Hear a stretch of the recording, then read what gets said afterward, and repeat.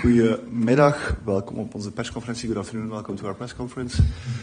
Vragen voor de coach. Questions for the coach, please. Thomas, het laatste nieuws.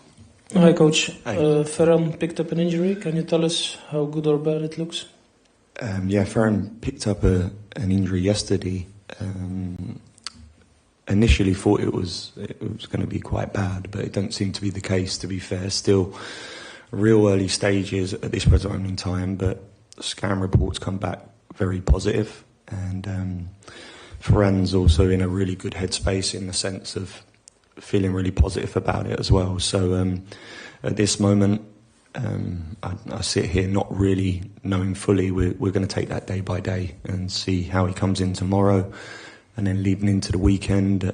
Maybe it's too quick, but we'll see. We'll make that call in the coming days. Junior. Hi coach, are there other players who won't make the game against Anderlecht? No, not at this moment in time. Obviously we still have some days left to train, but at this moment in time we're in a good place physically with the team. Been working hard again this week, so injury wise we're pretty clean on that. Junior. Did you already discuss the events in Genk with Silla, and besides the suspension, will there be another sanction from the club?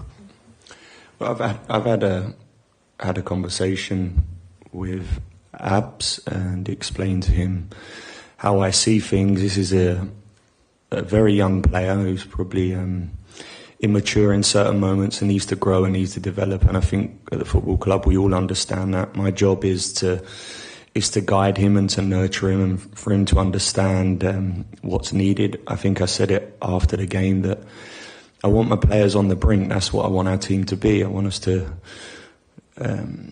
be close to the line at times, but never are we a team that cross that line. I also understand when you're young, you make mistakes. I was once that young player, and I'm sure many a time that finger could have been pointed at me. So there's understanding there, while there's also a clear message to Abs to know that them behaviours in them certain moments are not what we want and not what we want to see. So I'm sure over the coming time with me, he'll learn and you'll see that improvement. Of course, I go back, he's young, and when you're young you make mistakes, but he'll need to learn quick, and I'm sure he will. He's a bright boy with big talent and great potential, so we'll do that. Thomas. Coach, now Ferran is out. It looks like Yaremchuk is going to have to do it. What have you learned from speaking with him? He's been struggling the whole season. I think he can do it. I think he can do it, no doubt. And while he's come here with obviously big pressure and a big fee, in that sense, it's probably been a little bit stop-start for Roman. So I understand that. Of course, he understands it as well. Centre forwards and strikers carry the weight and the pressure of a team and at times of clubs, because they're the guys who have to put the ball in the net. But I have no doubt what I've seen in the week I've been here. This is a boy who's honest, works hard, wants to learn, wants to improve. While the general consensus may be similar to yourself, this is someone who I'm looking forward to working with and can play a major part in this team, really. Junior. You apparently knew him since you were at Fulham. How do you want to get the best out of him? Roman. Yeah. I wasn't aware too much at Fulham. I was aware of him when I was at Bournemouth. He played against Fulham in a pre-season game, and I was in Portugal at the time, and I watched him play, and he was very, very good. Hence why the club have decided to pay the money for him and bring him into this club. This is someone with huge potential. What's difficult sometimes in football and the world we're in is that instantly you get judged without really putting sometimes the facts and the understanding behind maybe why one person in certain moments are going through a tough time. New club, new environment for him, and I'm sure if he was sitting here he'll understand there's been some challenges for him. What's going to determine how well Roman will do is how he comes through them times, really, and with the support of myself and the club, that's exactly where I see that he will be. So I was impressed with him back then.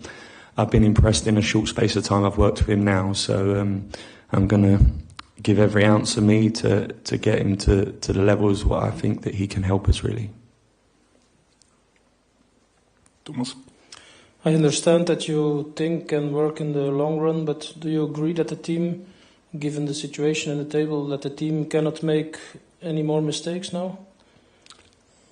As in us, in terms of the distance between the two teams. I think that's very clear.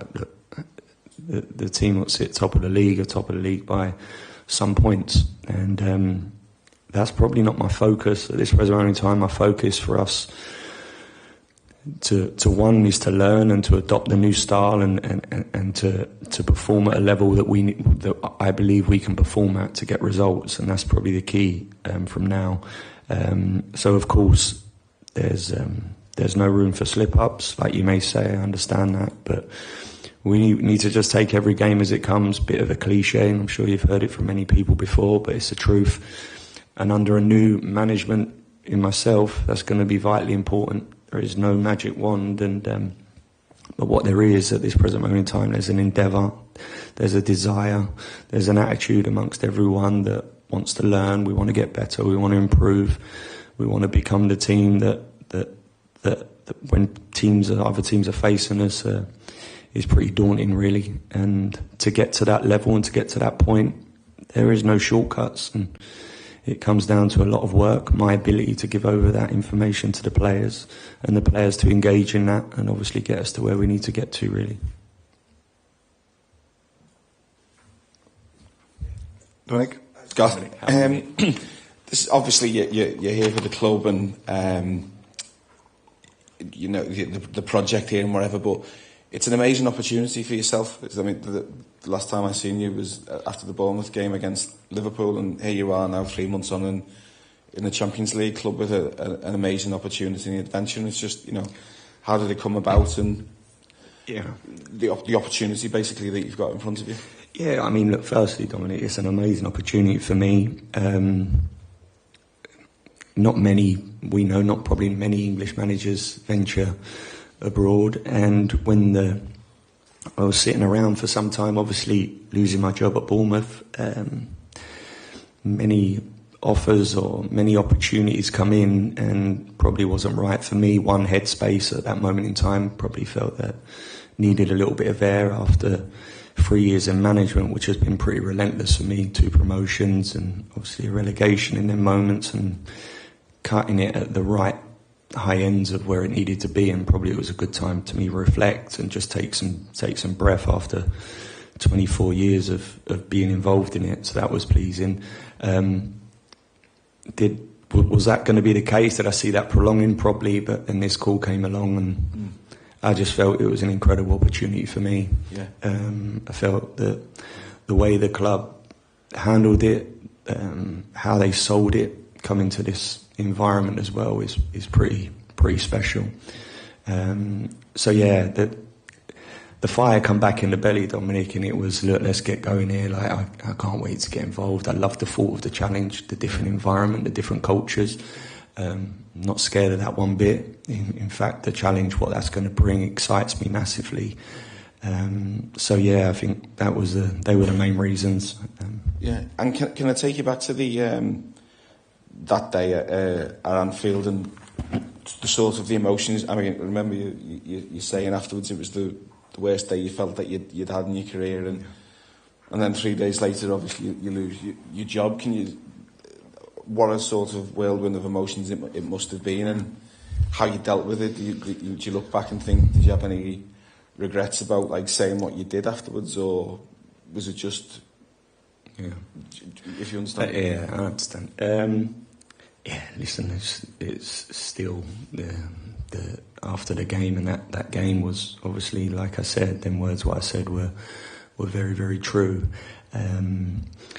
I probably wouldn't want to go into exactly where it is. I suppose all I would say is that I worked tirelessly and committed every bit of me to get an objective done at the football club in Bournemouth, and we managed to do that probably a little bit earlier than expected. A team that had been in and around it, or second year in the Championship and got promoted.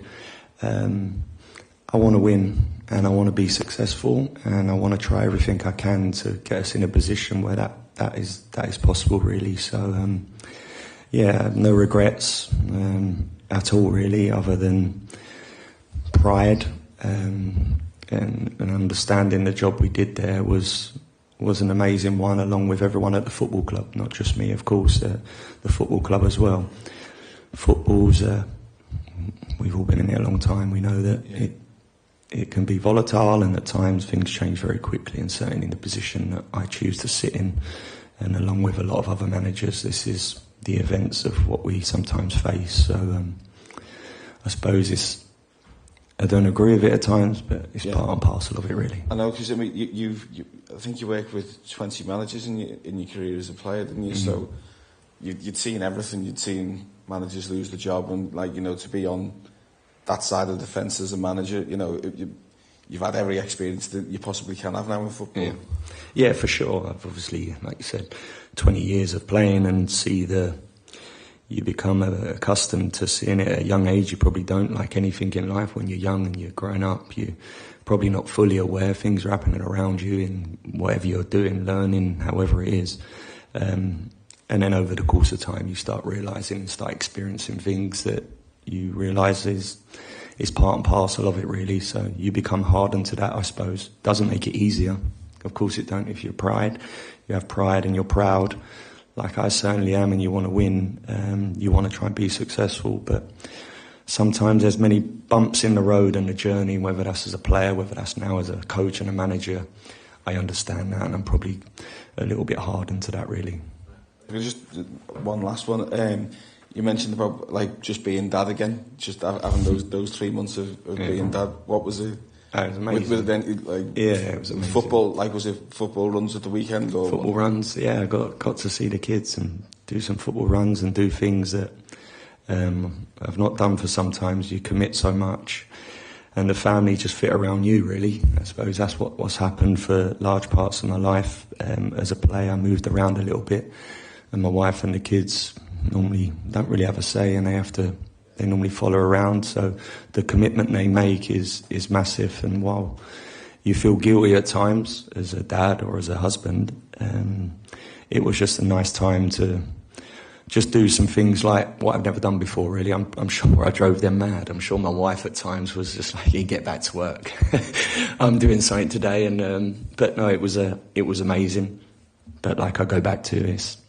When football's in your blood and football's all you've known since I was a young boy of 8 years old, when an opportunity comes and you feel like it's a good one, you end up going back in and doing it again. And that's what I'm excited about now. My family are as well. So bring them back to this football world, which they love as well.